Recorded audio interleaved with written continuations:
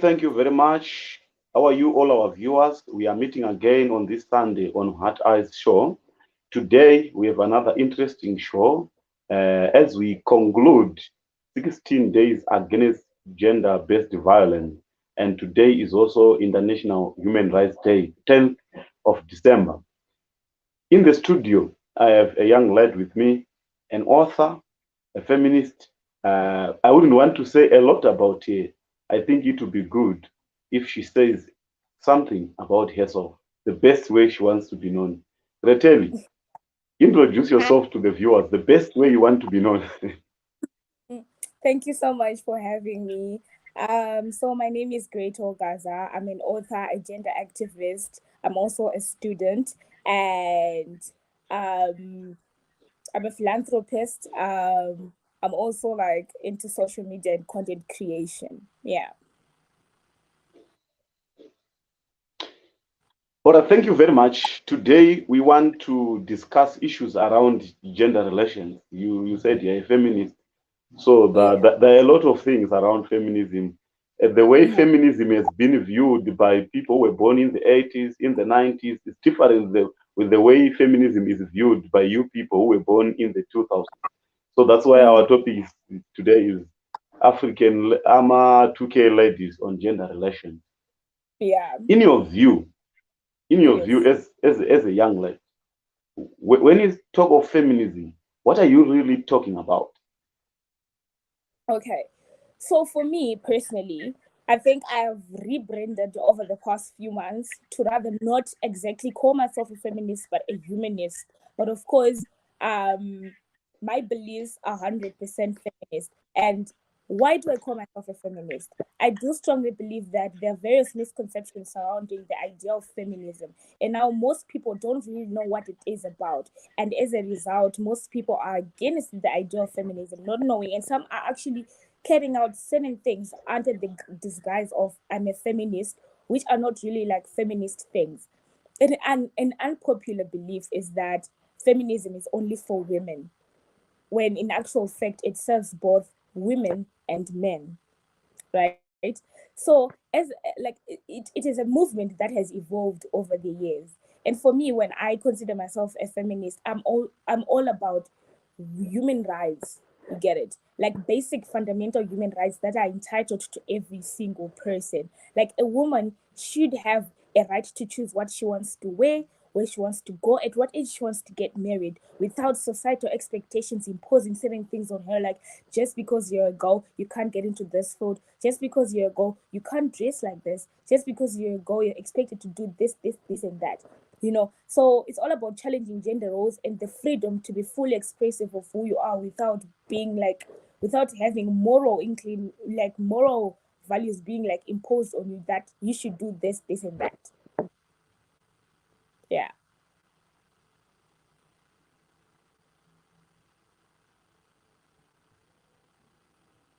I'm sorry, your audio is not really. I can't hear you.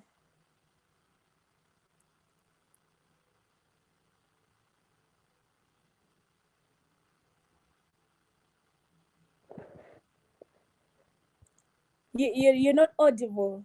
Sorry. All right, you said fighting for human rights is the same as fighting for feminism is the same as fighting for human rights. Yes.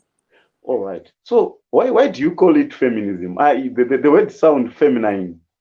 It doesn't sound masculine. And It's most of the time, I don't know.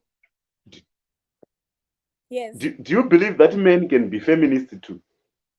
Men can definitely be feminists because feminism stands for men as well, because it's all about challenging gender roles, oppressive gender roles. So men can be feminists. But I guess the idea of calling it feminism comes from the fact that the first phase of feminism was all about putting women on the map so that when the race starts towards equality, we are all on the starting line.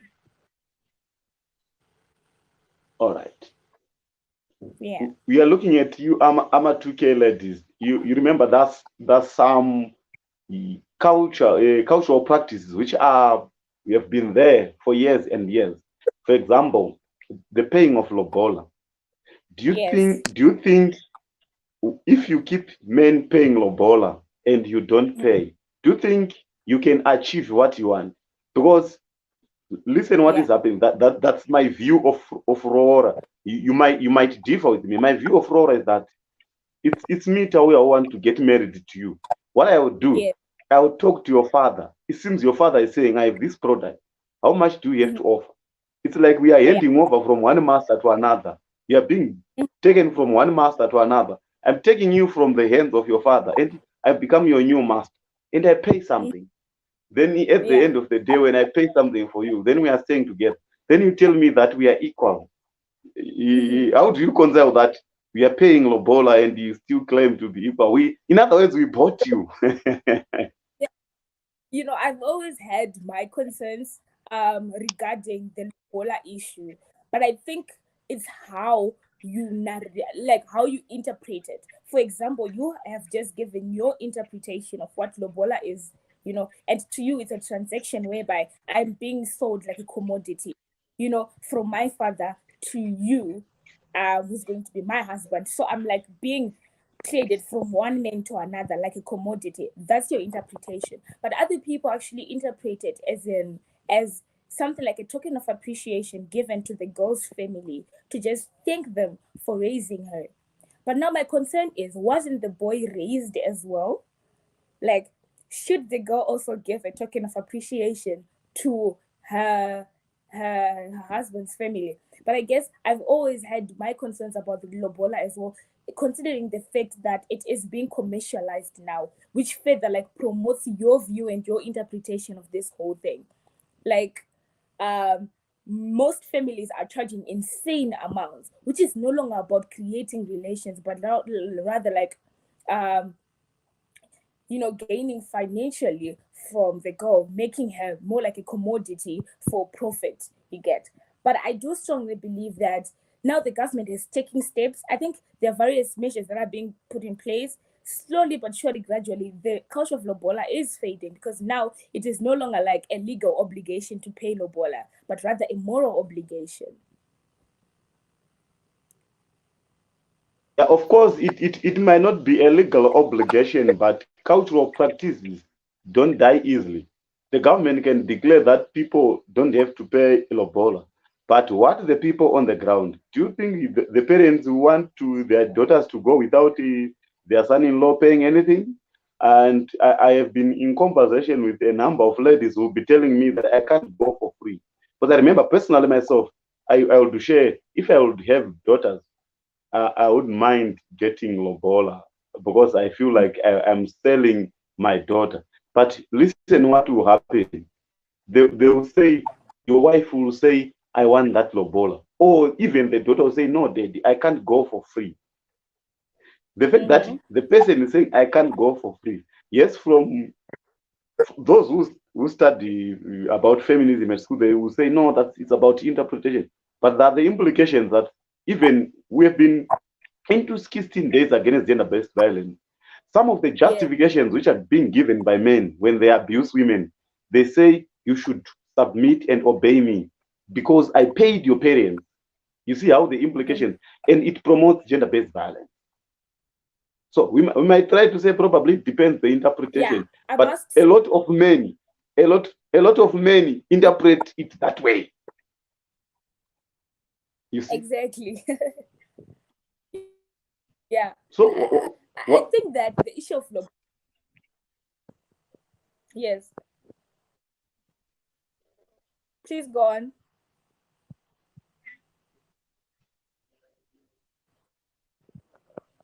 Hello. All right. I, hello. I know you're an author. In one of your books, have you ever Yes. addressed such a topic on lobola or on cultural practices? Yes, I have. Yes. I think in both my books, you notice that first book was a non-fiction book. It just talks it's titled Being Unapologetically Feminist, and it tries to demystify the misconceptions surrounding feminism, but it takes an approach whereby it talks about feminism in light that, excuse me, um it just talks about what the fundamental values of feminism are, the principles, how it's carried out, and what it means to be a feminist for those who want to be feminists, but then they don't know how to go about it. My second book, rather, it's a fictional novel, actually, that talks about gender issues in society using different characters. So you notice that one of my characters got married in the book, and she got married to a man who loved her, who respected her, and all that. But down the line, just because he paid Lobola, he started abusing her. He started doing all sorts of things. So what I was trying to do is to show that it does happen, and the negative implications of Lobola on gender-based violence, because I did address that issue as well, linking it to Lobola. So when you brought the topic, I was like, oh yes. So in that book, I was trying to say that, you know what, one thing about being feminist and all that is that if you want this movement to work and to benefit everyone, we take a different approach to patriarchy, because patriarchy is a bit forceful. It doesn't respect human rights. So if we want to be any different, if we want to prove to be any different, we may have to respect people and their various views. So we're moving like in a slow way, whereby we are not like just today, let's ban Lobola, no one should pay. I do believe that change is gradual. You know, at some point, there were other things, rights that we didn't have back then, but we have them now. And it happened over a period of many years. So as a result, it's a gradual thing. And I do strongly believe it starts with these legislative laws whereby we no longer like regard Lobola as a legal obligation. And it starts with small steps like that. And I know that for that decision to be made, these considerations had been put in place, that it is a contributing factor towards the abuse and law regards towards women. So I do strongly believe that as much as it is like very practical now, over the years it's gonna go away for the better of our society.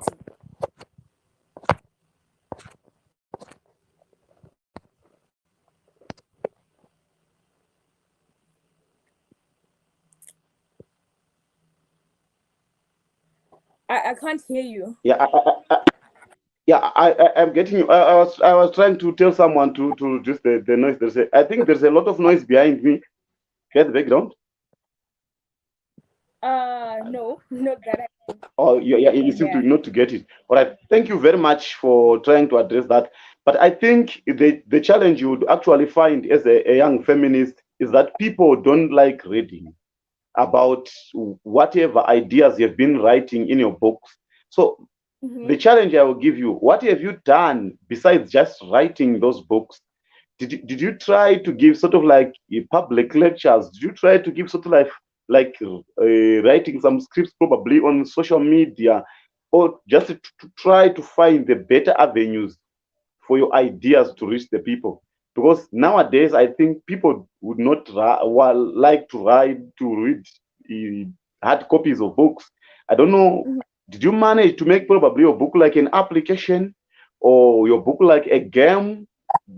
Yeah. That's just ideas I'm giving you probably, which actually will help you to push your Mm-hmm. feminist ideas to the larger community. Because nowadays people don't really read hard copies, especially those who are not studying. And people normally read to pass exams.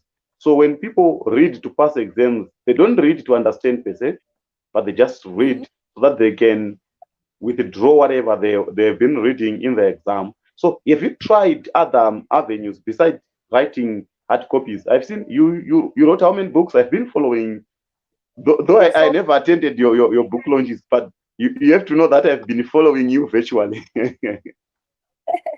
thank you so much. Yeah, on that note, I'm actually in the process of starting a podcast that addresses these issues, but not in a way that we sit around and make issues to do with gender and everything something that, you know, should be serious, but rather we take a different approach to it. Let's have fun, let's have productive discussions, let's get along, because you realize that when you put a man who believes so much in patriarchy and a woman who's a feminist, they tend to argue. But I think dialogue is a very good way of understanding each other and actually making certain adjustments so that we move forward together. So apart from that podcast as well, I do public lectures sometimes. Every opportunity that I get to teach about these things, I grab it with both hands because that's what I'm really passionate about. And I do believe that by teaching people, because it's one thing having a lot of laws. Child marriages have been banned, child prostitution has been banned, but it is happening. So having laws is one thing, but actually putting a certain mindset and attitude in people to actually challenge these things can actually go a long way towards empowering us as people to take the necessary measures, to challenge these issues. So apart from that as well, I do write articles, and like I told you, I'm also a content creator. I have various social media pages whereby I post these things, provocative things like upstreet and folk and and direct calls and everything to actually say this is wrong and this is right. If you go on my Instagram page with the handle Women Action Alliance, I post a lot of quotes, I post a lot of issues that will be happening. Yeah, so I do utilize my passion for social media and content creation as well to push this agenda. And very soon I'm going to be starting my own cosmetic brand with the label Rebel. And Rebel is just um, a way of saying we are going to challenge whatever social norms that have been imposed on us, and we're going to take control over our lives. We want to be free of these gender obligations. Yeah.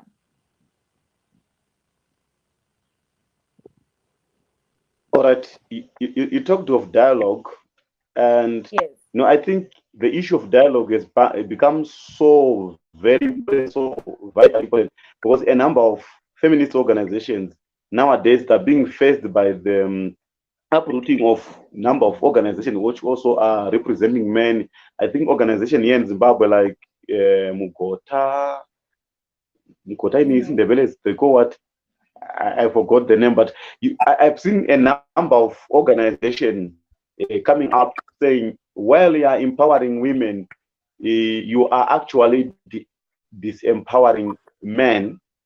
And I don't know, in your books, did you try to write sort of something around those issues of saying we need to dialogue, because the problem of the discourse of gender equality, there are some things which probably are not going to change even in a million Yeah. years to come.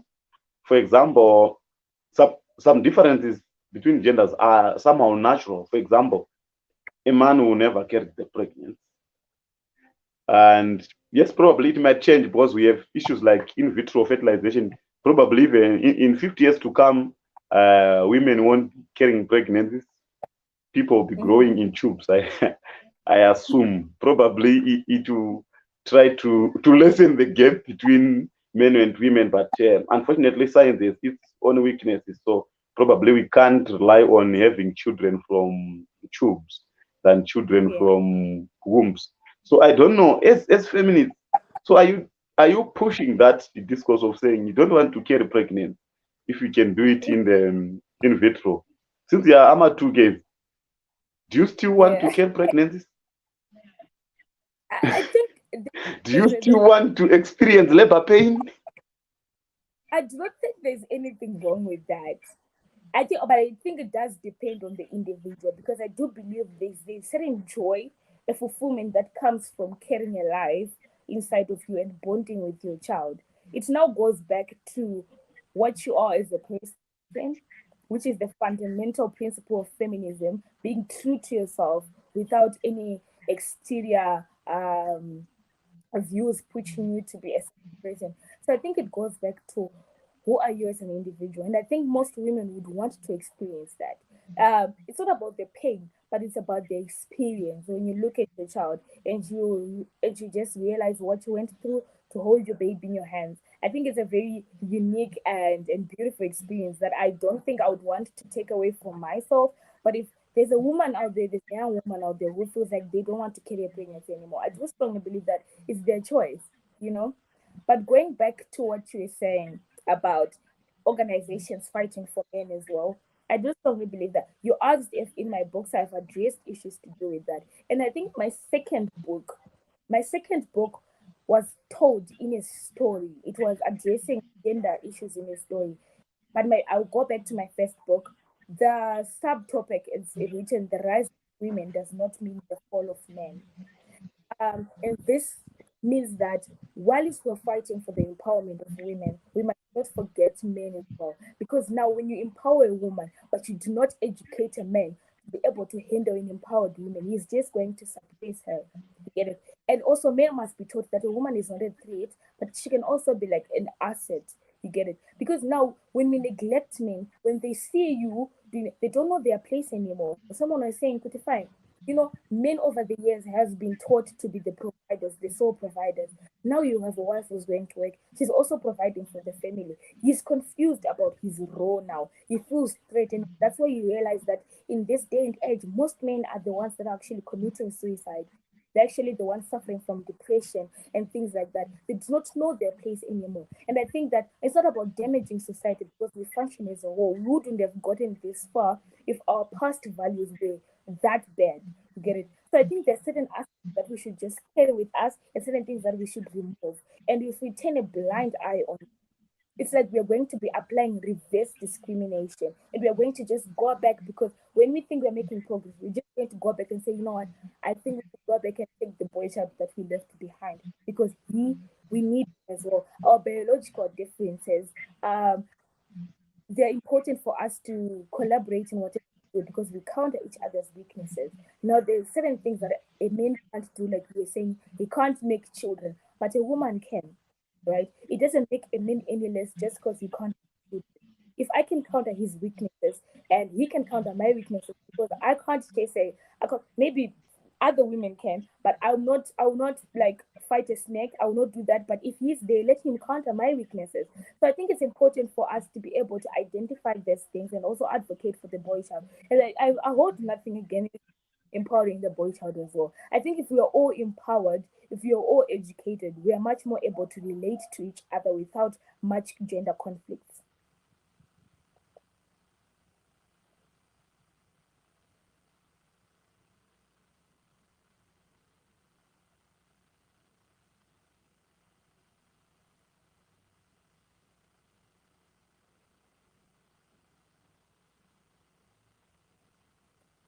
I think his network is a bit down. Mr. Chinama, can you hear me?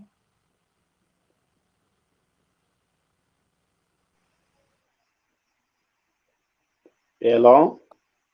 Audio back. Yes, I can hear you. Oh, all right. You mentioned something, my network was stripping. You mentioned something to do with the men to looked up to as providers. And I Yes. think even among you young feminists, you are still looking at men that way. You Mhm. find, especially young ladies, Ama2k ladies, you have what we call broke guy shaming. You actually make the lives of those broke guys hell on earth. You talk Mhm. of a lot of, you find jokes, a lot of jokes on social media. A guy who doesn't provide this, so a guy, and I think you can think of as men as possible. Don't you think broke guy shaming is actually there to save patriarchy? It's actually there to restore patriarchy, because it seems you are seeing that patriarchy is now falling apart. Then instead of letting it fall apart, you are actually saying it should be restored. Then you go on to do what we call a broke kai shaming. And those guys, they will feel that, oh, so we are losing power. We should always be in control. Don't you think so? I do. Okay, let me put it across this way. I think broke guy shaming is justified when it is imposed on a guy who wants to display masculinity but does not have the necessary resources to pursue it. I'm not saying that masculinity is determined by wealth and you become less masculine if you're, broke, but if you want to take power and ownership and control, at least have the necessary resources to justify your actions. Because now the thing is, you want to, for example, you want a woman to behave in a certain way. You are imposing certain things on me that just because I'm a girl, I must do this. Why must I be lenient on you? If you want to take the patriarchal route, at least have the necessary resources to be able to, thrive in that route. I think it's justified when put across that way. But I think it's also a wrong value system. On the other hand, for men that actually, do not have resources but are trying their very best and do not like force women into certain situations just because they are men. I think it's also very wrong because masculinity, like wealth, does not determine masculinity. Yeah, and yeah, but like I said, my Oh, first statement, it is justified on some guys. oh, you justify it. So interesting. But anyway, we are talking about gender relations. I think for smooth relations between the two genders, there is need to compromise. And Yes. I think when I read about feminism, especially about those radical feminists, in other words, they're trying to say, please don't compromise. Don't you think Yes. they're saying so? Because I think it's the same when two people are getting married. These are two literally different people with different backgrounds, with different principles, with different view on life. So it Yes. means one that both of them has to compromise on certain issues, but there's no way you can change the other person to be literally yourself and the other person that won't do the same. So where is the room for compromise in the feminism? Are there areas where you say here we have to compromise so that we can have good relations, or we don't have to compromise?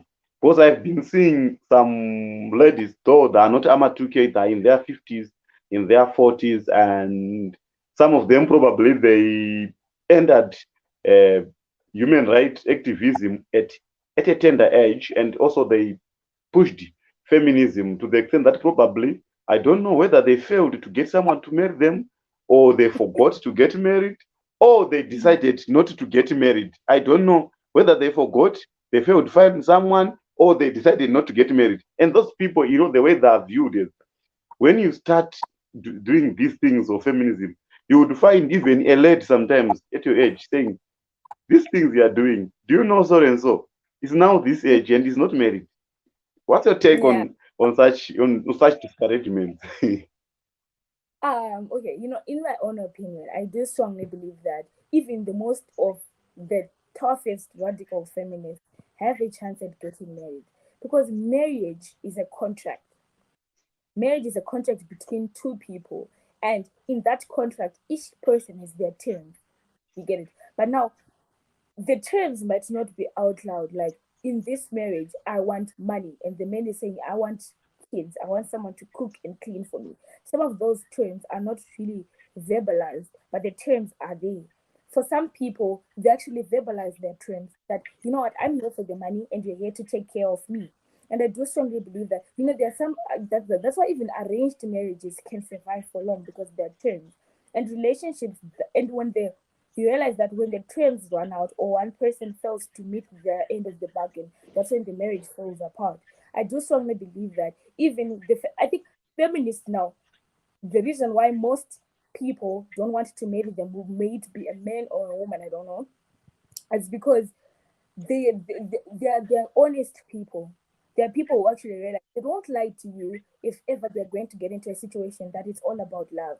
They really outline that, you know what, this is a contract between you and I, and these are the terms that are going to be there. And and the issue of marriage, I think it's one thing that I also addressed in my book. I think the first three chapters we're talking about that you realize that most women are selling their dreams just so they could be regarded as wife material. And you realize that if you will try to like outline the various things that make you wife material, you realize that it's all about making you an invalid, timid, quiet, voiceless, like powerless are just some of the values that make you wife material. And I think if you try to follow these things, you realize that most women are selling their dreams because a woman who's too ambitious um, is poses as a threat to a man.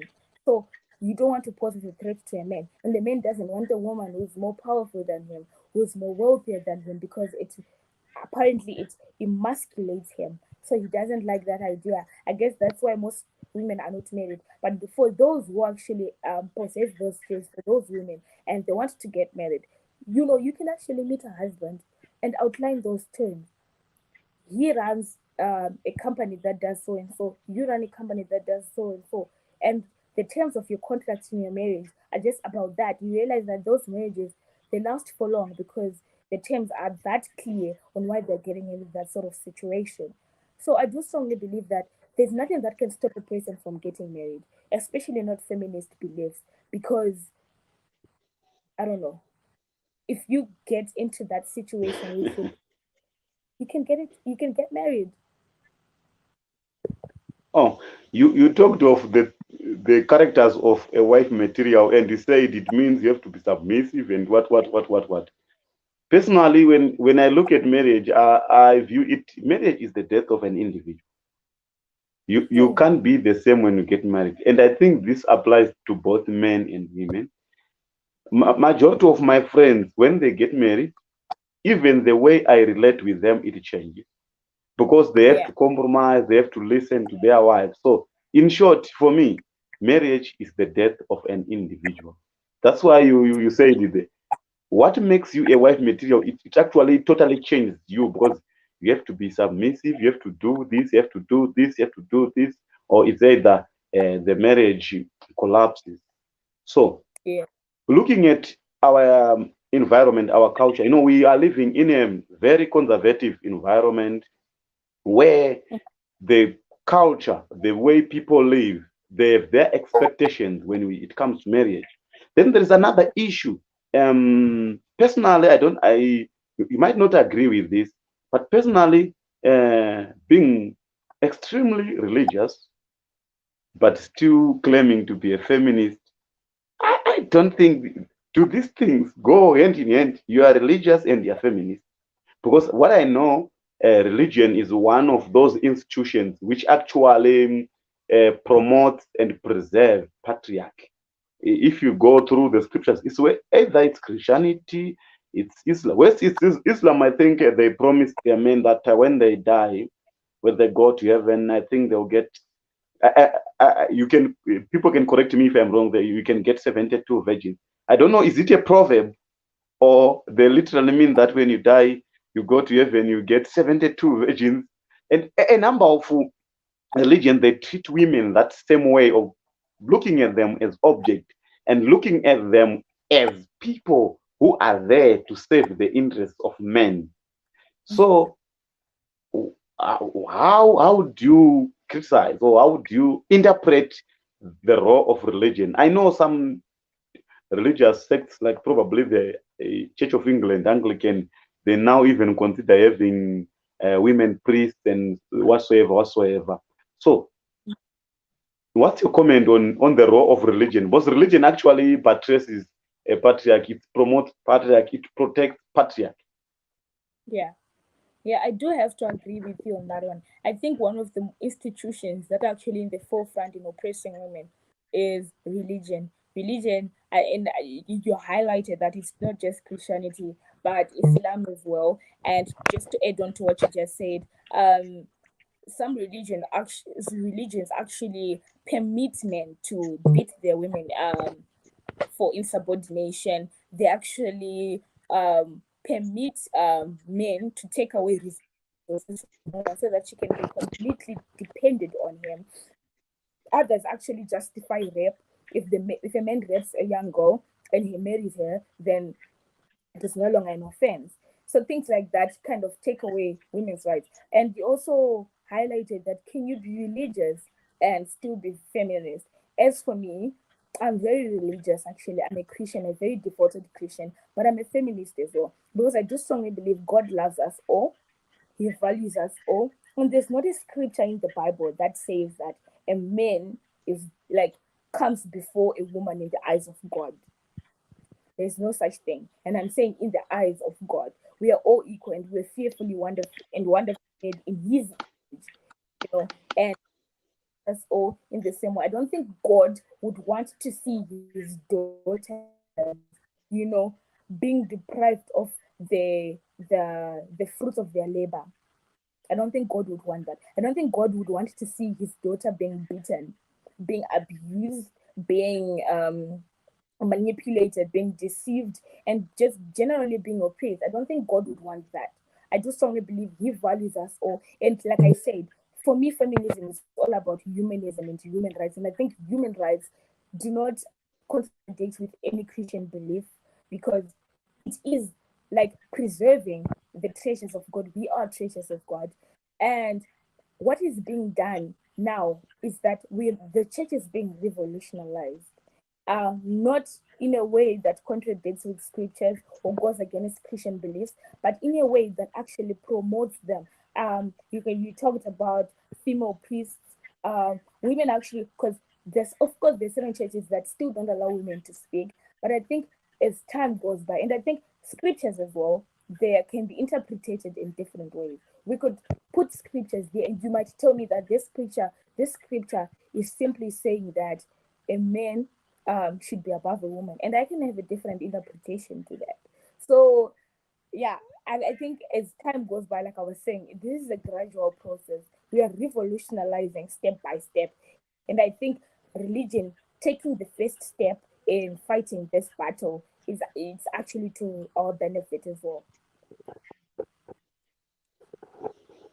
So in other words, you're saying now we have to view scriptures from a feministic point of view, trying to include women in the and give them a better role in religion, which I think it will take years, if not decades or centuries. Because, for example, you are Christian. For example, many people they take that Eve was created as an afterthought and was created to save Adam. And when it comes to sin, we actually say women are the one who caused people to sin because they say Eve was the one who was deceived by the snake and ate the fruit and whatsoever. And you go to popular or prominent apostles of Christianity, the likes of Paul. If you read Paul and letters, I think Paul would actually say women should not do this, women should not do this, and women should not do this. A lot of things. So, and I think you normally refer to yourself as a rebel. I think when it comes to religion and feminism, you have to be a real rebel, not a social media one rebel. But No, having said that, pardon?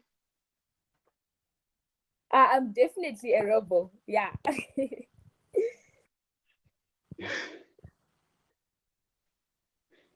All right. Oh, having said that, and we saw the religion play in the role of feminists, in the role how we live in the society. So Mm-hmm. I just want you to tell us, you are here representing all other Ama2k ladies. What would Yes. you advise either authorities in the society, either authority in religious circles, authorities in different institutions, whether it's government or something else. So, and another issue, interesting issue. You are a social worker, is it? Yes. You, I've been checking at the composition for the past 3 years. I've been checking at the composition of your SRC at your university. Yes. I'm so surprised that at your university enrolls 60% should be women. Am I right? Yes. Yes. True. But when I look at the composition of your SRC, most of the time, men's presence will be 70 plus. So how come is it that at a Really? women's university There's a balance. and you find in the SRC men are dominating? Yeah, you can check it. You can check it. I've been checking it. I've been seeing 70% of the people in that SRC will be actually men. And I think what is only stopping male students to be the president of SRC, it's only because it is reserved for you guys. So I think I don't know. Does that, I think that has to do with what we call, some people they say women has issues to do with solidarity. I don't know how true it is. I don't want to be judged. I don't want you feminists to be on my neck saying you say the women have problems of solidarity. No, but I just once had some people in a certain corner saying women have issues of solidarity. For example, we can ask a group of 100 women to vote between me and you, and we will be surprised that I might win the the vote, and they might not actually vote you, one of their own, and they actually vote me. So it seems women don't believe in women. Women don't believe in supporting another women, and I think women probably sometimes they they can collaborate with men to pull another leg. Don't you? What's your take on that one? I know it might not be objectively true, but I think partly true. You actually once encountered this. Okay. Now you talked about the SRI status, and I don't think it's an issue to do with women not voting for other women. I think it's all about the reluctance of some women and some girls in participating in issues to do with politics. Myself, I think a number of people asked me why I'm not participating in the SRIC. And I think for me, it's just my reluctance, not because I'm afraid or because I view myself as any inferior, but I'm generally just not interested in that field. I do strongly believe there are other ways of advocating for what I want to achieve without really putting myself in the political domain. But the issue that you mentioned, the it's called the PhD syndrome, the pull head down syndrome. It's very common amongst women. There's a lot of jealousy, there's a lot of hate, there's a lot of competition amongst ladies. I always tell people that I really like how men are. You know, men can sit around for hours and talk, but they don't know each other's names. You guys can sit around for hours and you don't even know Kuti, what's his name and what's his name and what's his name. And you can literally talk about anything and everything. I want you to put 3 women, I mean, just 3. I'm not talking about a group of women, just 3 in a room and leave them there. You realize that there's a lot of competition. Oh, my husband does this for me, my husband does that for me. And I think it goes back to the fact that we believe as women there's a very short space, there's a very like limited space for us to occupy up there at the top. So there's a lot of competition that I must climb the ladder first. I must go up there first so that I can occupy that small space. And I think it goes back to now like the way that society has been over the years, a belief that women can't have as many opportunities as men. I think if we address that, there's enough space for all of us at the top. There's a lot that we can achieve, we can accomplish if we just stand by each other and move past this PhD syndrome. There's a lot that we can accomplish and achieve as a whole. So I think it goes back to the belief that was instilled in us that there's a limited space at the top. That's why women hate each other so much.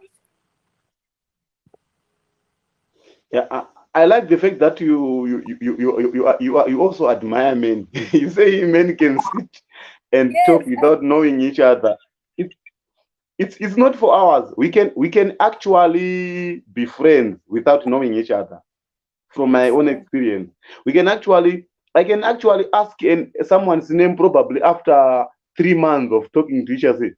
I would actually be knowing probably a nickname, and I would be asked, "What is the name of your friend?" Say, I forgot. But you would see us sitting around drinking beer, talking about anything, as you said. True. So I don't know. Are you going to read that? Someone commented.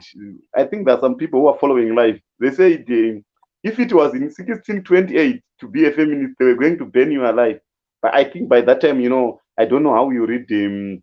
Do you read them? Yeah, it is written. Look at the screen. It is counterproductive to be a feminist and religious at the same time.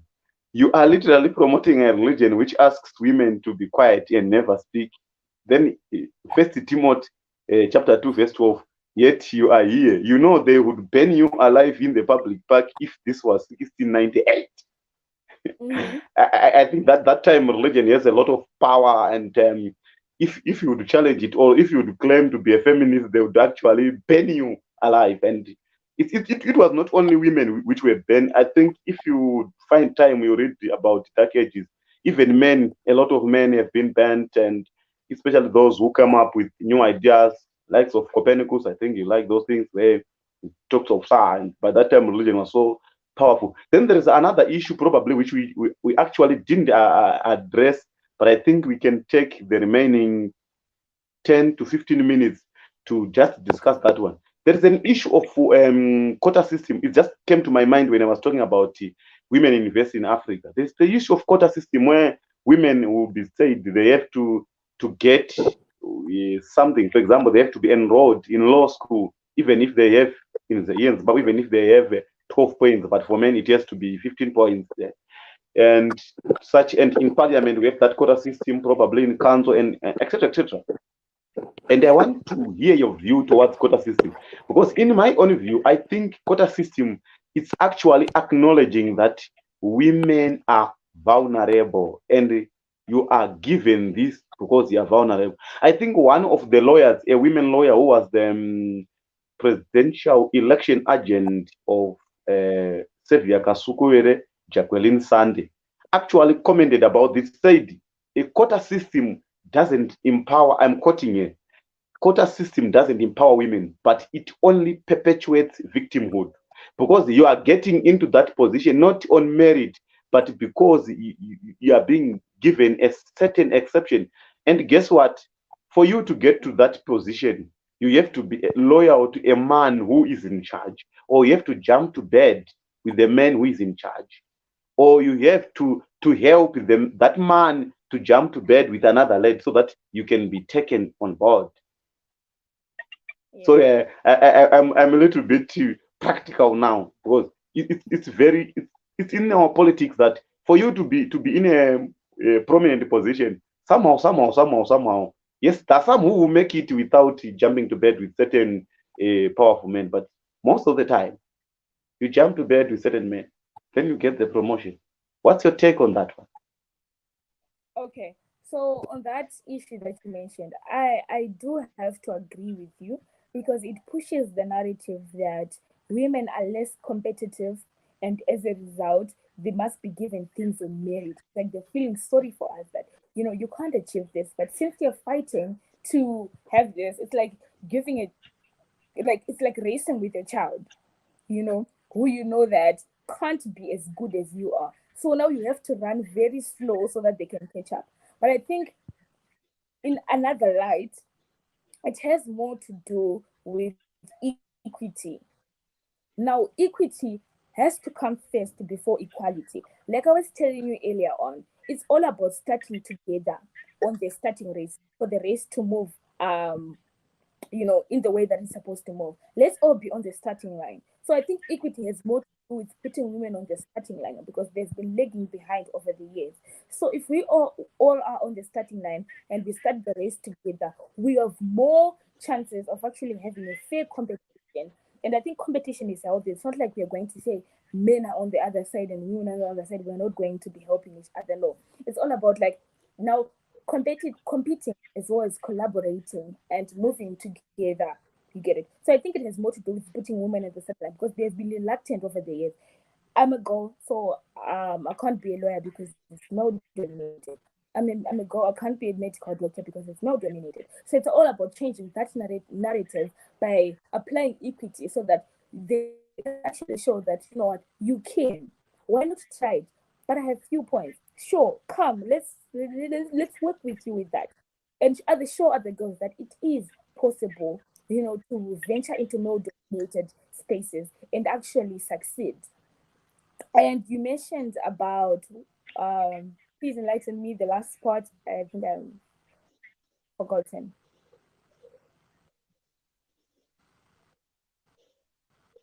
Hello? Yes, the last You, part you you seem, mentioned. you talked about, pardon? The last part you You seem mentioned, to I think talk I might.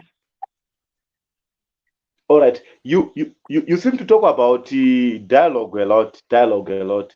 I actually appreciate the point of dialogue, but I think the way other women are doing, I think it doesn't promote dialogue. For example, I know you are on Twitter. There is a lady in Zimbabwe called Ayanda Mponda. Do you know Ayanda Mponda? No, I'll definitely follow her. All right. You have to check her on Twitter. She's popularly known for selling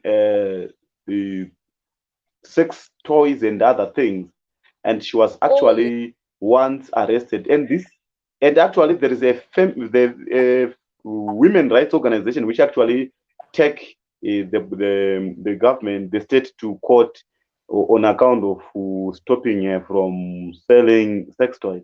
So how can you talk of dialogue when you ladies, you are busy buying sex toys? In other words, they are saying you can be without men. So in other words, there are two narratives here. You want to be independent and you want also to dialogue. So which is which? You are busy buying dildos and you still say let's dialogue. How do you compensate this gap?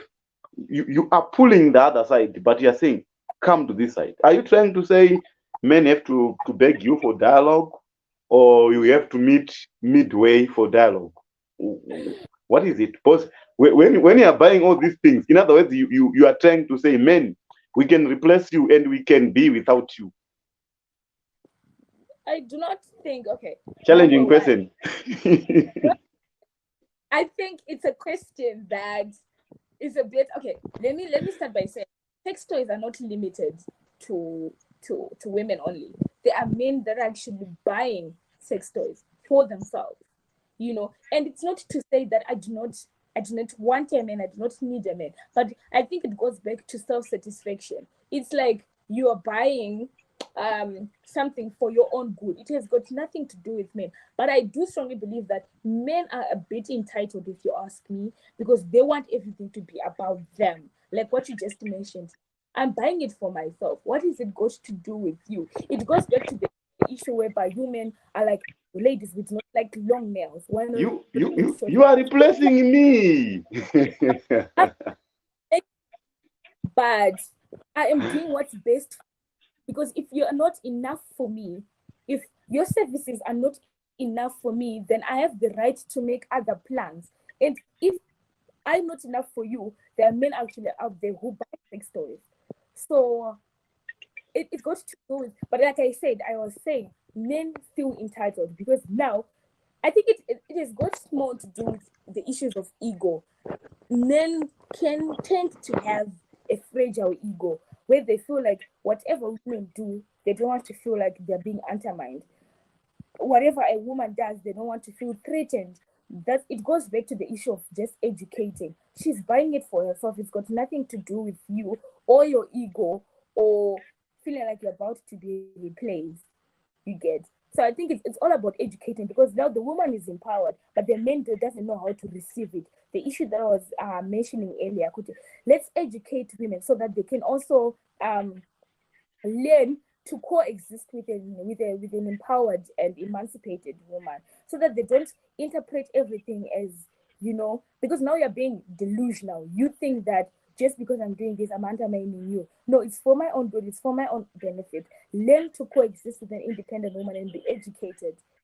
I think that's very important because, hello. Yeah, I hope our conversation will actually initiate a conversation which will go probably up to the end of this year into next year. But now, as we are about to conclude our show, what's your final word? Probably you have something which you feel probably we should have discussed, but we left it out, or you have some recommendations which you are itching that you have to say them. I think in 3 minutes time, I think you can say something and leave a word, and probably you can also share if people want to have a conversation around your books, a conversation around your feminism. Where can they find you? And yeah, also those all sorts of those things. And in the next 3 minutes, you can. I think 3 minutes is enough. Is it fair? Unfortunately, I'm a man dictating to a lady. Is it fair? Not at all. I would just highlight that as a society, I think my second book, the touchline is we are all vulnerable in the face of gender. I think that gender turns us, it tells us who we should be and not who we are. A man should be bold, a man should not cry, a man should not show grief, a man should not be weak. But there's a lot of issues that men face that may actually put them in grief, that they might want to cry about, but they can't do that because gender prescribes that a man cannot cry. There are a lot of laws that have been put in place to protect girls, to protect women against abuse, exploitation, and all that stuff. But they can't work if we do not change our views and our perceptions towards gender issues and towards women. Because it's us who put these laws into action. We're the ones that put values. People always talk about culture says this, culture says that, but culture does not make people. We make culture. It is us who work for the change that we want to achieve. We make our own culture. The same way we thought it would be logical for men to lead back in 1682. The same way we deemed it that a man should lead, just because the environment deemed it so. Just because he could hunt, he could go fishing, he could go into the world because of his biological abilities. And the world back then or was dependent on physical strength. It's the same way that we must evolve now because the world does no longer requires all of that. It requires creativity, it requires innovation, it requires a lot of things that women actually also possess. So why not create a culture, that embodies all of that and actually push towards development? I do strongly believe that the reason why Western countries are developing faster than um, our third world countries is because we're trying to be conservative. We're trying to hold on when we should be creating a new culture that doesn't undermine our old culture per se, but actually allows us to move forward. Let's work together. There's a lot of services that a woman can render towards development and actually develop societies as a whole. She's not only good, in the domestic sphere, but she can also contribute a lot towards development and the building of society. And I think it's time we move past gender blindness, whereby we just assume that things are okay as they are. We think that things should just fall into place on their own. It is us now to take. It is us who take the stand to actually say, you know what? Let's have discussions. Let's get educated about these things. Let's let's create the change that we want to see in our world, in our surroundings. And I think we can achieve a whole lot, by moving past this gender brightness, these assumptions, and just trying to move backwards and just be like, what, things should be as they were in the past. Let's embrace the revolutionization and you know try to develop ourselves as a society. There's there's nothing that a man can do per se in some aspects that a woman can't do. Let's be free. Let's be free of this chain that patriarchy has put around us. Let's break them. Let's just be free. And I think the idea is just to be free. Let's be free.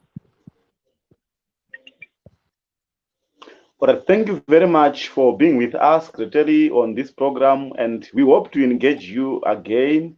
And we hope you make it. I heard you have plans to make a podcast, and we'll be available to help you if you want some men or some man to discuss some issues. Of course, we'll be available. And a few take away from your last submission. You said we have to create new culture, of course. Yeah, and you said in the African context we are too much on preserving the old culture without creating the new culture. And also you said dialogue is very, very important between both genders, and we do value that. Thank you very much for being part of this program, and we hope to see you anytime soon or later. It depends with your availability. Thank you very much. Thank you so much for having me. This was such a very interesting conversation. All right. Thank you very much to our viewers. This is Hot Eyes Show with Tauya Chinama. We have it every Sunday from 11 to 12. So we are asking you to kindly like Humanist TV Africa, either on YouTube, Facebook, and other platform where we are available, so that you won't miss any program. There are other programs which are being done throughout the week. Yes, this program, What Eyes Show, we normally do it on Sunday alone, but if you check our pages, you'd find that there's a program, or actually programs, each and every day from Monday up to Sunday, 24/7. If you get something interesting, watch it, share it with your friends, and I'm sure even our guests will be sharing with their friends too. Thank you very much. See you next time.